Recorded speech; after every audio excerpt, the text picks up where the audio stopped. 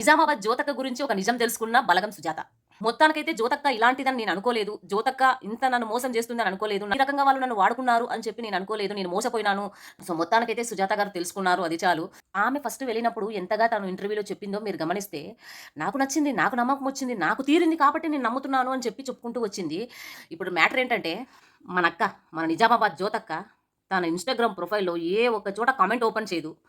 ఇక తర్వాత ఇంతవరకైంది ఎటువంటి పోస్ట్ అనేది అప్‌లోడ్ చేయట్లేదు. దీన్ని బట్టి ఏం అర్థమవుతుంది? తను నిజంగా జనాల్ని మోసం చేసింది. ఒకవేళ తను నిజంగా మోసం చేయకుంటే, ఒక పోస్ట్ అయినా అప్‌లోడ్ చేయాలిగా. ఇలా చర్చనో లేదా ఇంకో కాంట్రోవర్సీనో లేదా ఏదైనా ఎక్స్‌ప్లనేషన్ ఇచ్చుకోవడానికో ఒక్క పోస్ట్ అయినా అప్‌లోడ్ చేయాలిగా. ఒక పోస్ట్ కూడా అప్‌లోడ్ చేయలేదు. అసలు వాళ్ళ కామెంట్స్ బాక్సే ఓపెన్ ఉండదండి. ఏదో ఒకటన్నా ఓపెన్ ఉండాలి కదా! ఏది ఓపెన్ ఉండదు. అన్నిటి దాంట్లోకి ఆఫ్ చేసే పెట్టుకుంటారు. దీన్ని బట్టి జనాలు ఇంకా నమ్మిపోయే వాళ్ళు ఉంటారు చూడు. మీరు పిచ్చోళ్ళు అని అనాలి. ఇట్లా మోసాలు చేసేవాళ్ళు చాలా మంది ఉన్నారు. మన జ్యోతక్క అయితే బయటపడింది. అందుకే సైలెంట్‌గా ఉన్నట్టుందని నాకనిపిస్తుంది. మరి మీకేమనిపిస్తుంది? కామెంట్ చేయండి.